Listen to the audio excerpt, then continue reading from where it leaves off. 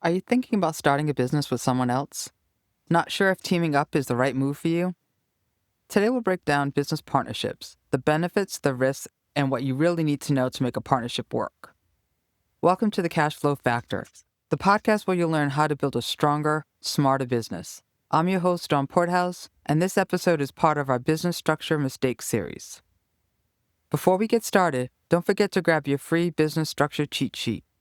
There's a link in the show notes.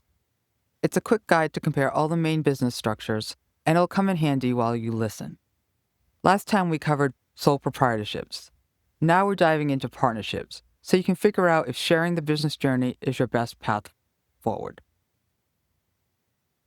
Settle in and make sure you have your cheat sheet ready. Let's dig in. Partnership means working together, sharing skills, splitting the workload, and aiming for bigger results as a team. But not all partnerships are alike. There are different types, and each comes with its own set of rules, risks, and rewards. In a partnership, two or more people join forces to run a business. Maybe you want to share the challenge, or you're looking to tap into someone else's strengths. If you're considering a partnership, here's what matters most. Let's break down three most common types of partnerships. First is general partnership, or GP. All partners manage the business and share full responsibility, including any debts or legal issues. Your personal assets could be at risk. Next is limited partnership, LP. They are general partners who manage everything and take most of the risk, and limited partners who just invest money and are only liable up to what they contribute. Then we have the limited liability partnership, or LLP. All partners have extra liability protection. LLPs are common among professionals like lawyers and accountants. Why do people choose partnerships? Here's why. Shared responsibilities. You don't have to do it alone. A partner can bring complementary skills, share the workload, and provide support when challenges arise. Another is increased resources. Partnerships can often mean more capital, connections, and expertise to grow your business faster.